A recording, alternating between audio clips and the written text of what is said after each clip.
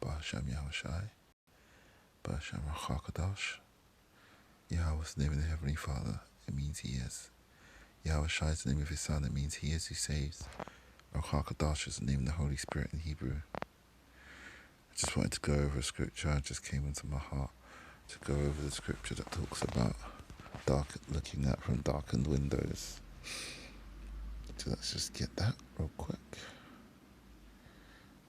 Do that. I think it's darkened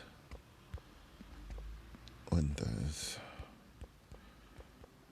Get that phrase. Let's see.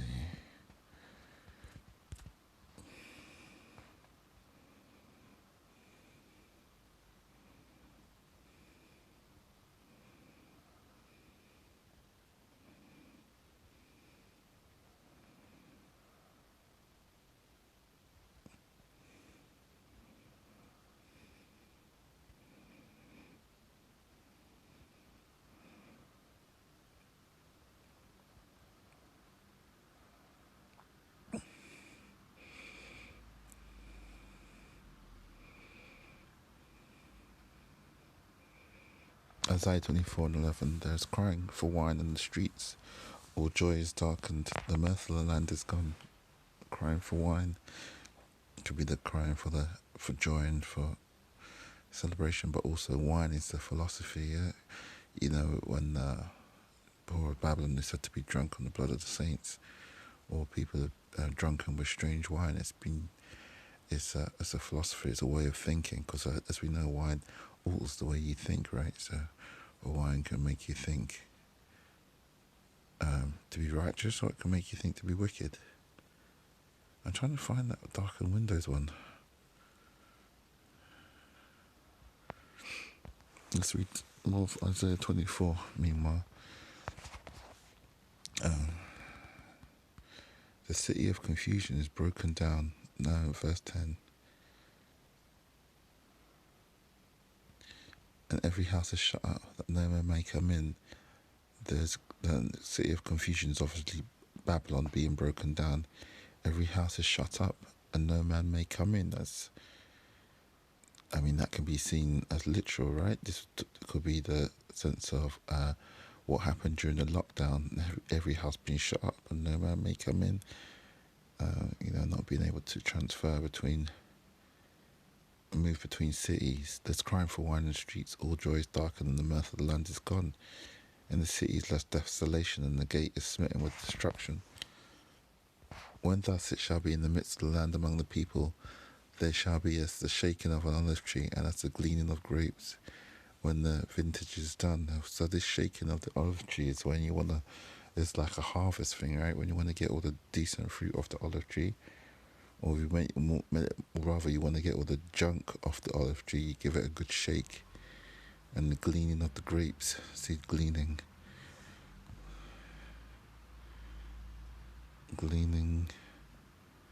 hold on, feminine active parts only, gleanings by extension, gleaning of the grapes. It doesn't really help but to glean. Let's get that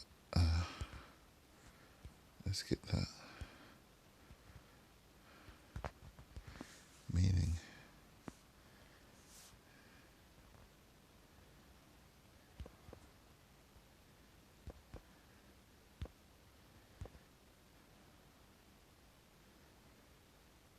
To gather the grain left behind by reapers, to gather the grain, to collect bit by bit.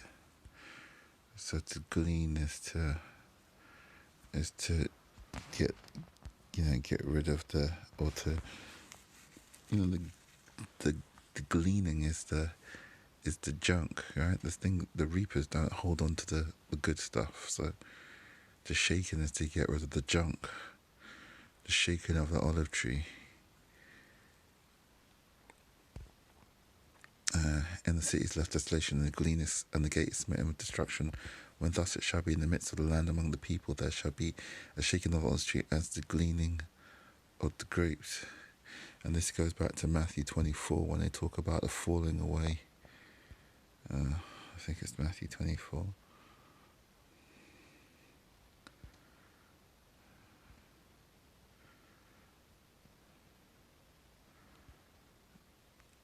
24. And Yahushua said to him, take heed, no man deceive you, for it shall not come. For many shall come in the many sin that I am Christ, and shall deceive many, and ye can hear wars and ruin of wars, and ye shall be troubled, and all these things must come to pass, but the end is not yet. For nation shall rise against nation, and kingdom against kingdom, and there shall be famines and pestilences, and earthquakes in divers places, and all the beginnings of sorrows. Then shall they deliver you up to be afflicted, and shall kill you, and ye shall be hated of all nations for my sake. And this kill you, I don't think this. If we look at the kill you, Spirit just to destroy, to put to death, to kill, to slay, but that's also to mean, to destroy, but also financially just to ruin you. I don't think that's the right translation. Let's see if I can get. This app is a little bit strange for me. Find all the occurrences, plural.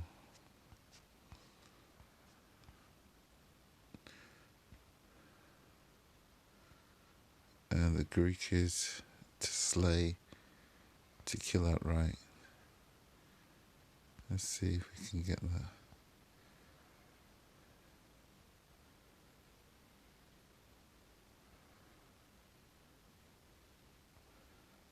I ain't really getting that Greek apo. And he shall be hated of all nations for my name's sake, and then shall many be offended, and shall betray one another, shall hate one another, and many false prophets shall rise and shall deceive many, and because of iniquity shall abound, the love of many shall wax cold, but he shall endure unto the end, the same shall be saved.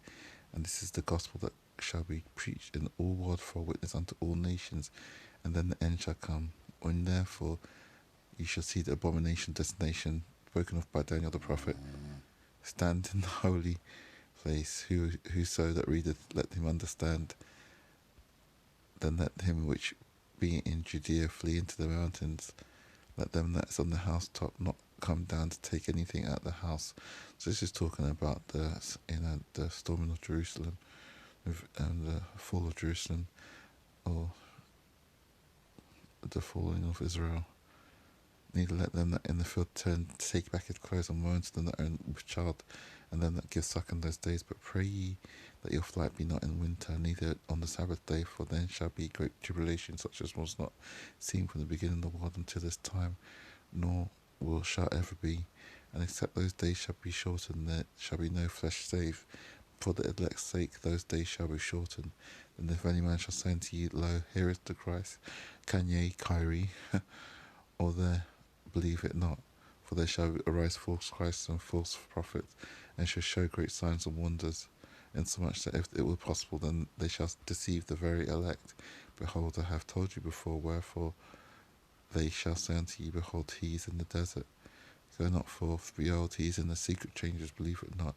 For as the lightning cometh out of the east, and shineth even unto the west, so shall also the coming of the man be. So that's to say, you don't need to hear when the Son of Man comes, when Yahushua returns. It ain't gonna be like, that, what's that thing, the truth won't be the revolution will not be televised. No, it will be televised. There's not going to be one person who doesn't know when the Son of Man comes, because he isn't going to be in a secret chamber. He ain't going to be hanging out in the desert. He isn't going to be in some part of Israel, as per what they said. Some of the small hats have been talking about their Messiah's come back. He isn't going to be in some remote corner of the earth, hiding out, waiting. No, it's going to be as a lightning. Like when lightning strikes, does anybody need to tell you? Do you need to find out from someone when lightning strikes? No, everybody looks up in the eye. They can hear the boom. They can see the flash of light. No matter even if you're in the house with the curtains drawn, you still see the flash of light, right? So that is to say, when the Son of Man returns, Yahushua returns, you ain't going to need anybody to tell you. So shall the Son of Man be, for wheresoever the carcass is, there will be eagle gathered together. For wheresoever the carcass is, there will be there will be the eagles gathered together. That's to say, eagles here is probably talking about vultures, right? So it's like you, again, like you don't need, there will be signs in the sky, put it that way. Immediately after the tribulation of those days shall the sun be darkened, the moon shall not give her light, and the stars shall fall from heaven, and the powers of the heavens shall be shaken, and then shall there appear the Son of Man in heaven, and then shall the tribes of earth mourn, and they shall see the Son of Man coming in the clouds of heaven with power and great glory. And he shall send his angels with a great sound of a trumpet, and they shall gather together his elect from the four winds, from one end to the other. Now learn the parable of the fig tree. When its branch is tender and putteth forth leaves, ye know that summer is nigh. So likewise, when ye see all these things, know that it is near, even at the door. So that's to say, we watching the signs, earthquakes in diverse places, famines, pestilences, iniquity, love of brotherhood going cold. You know that these things are near, right? Verily I say unto you, this generation shall not pass till all these things be fulfilled. Heaven and earth shall pass away, but my word shall not pass away. But of that day and the hour knoweth no man, not an angels of heaven,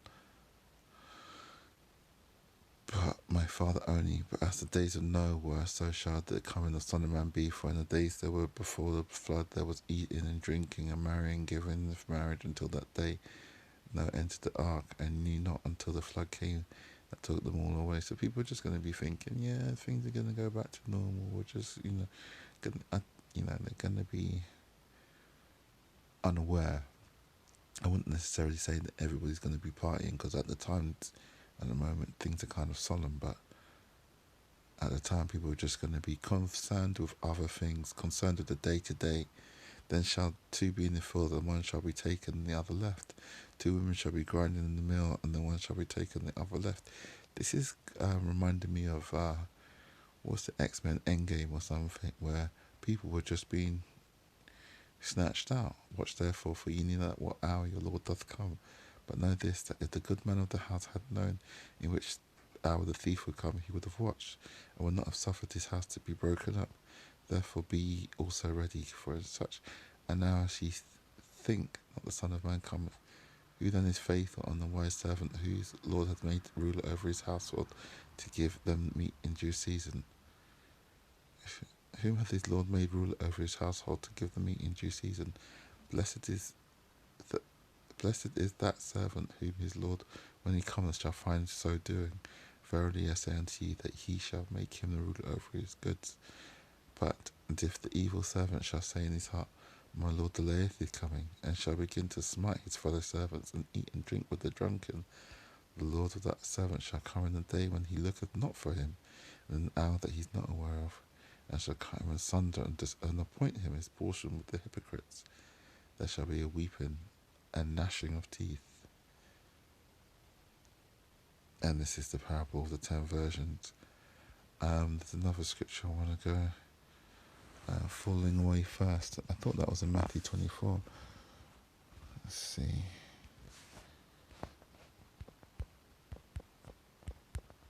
I'm just going to go for that phrase.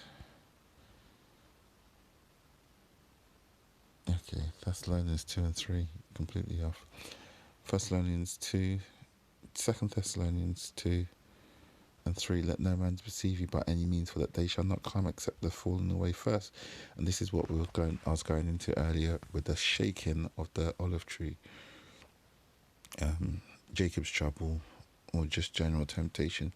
The tree is being shaken, and the falling away is all those kind of bad fruits from the olive tree. Let me see that. See if they get that.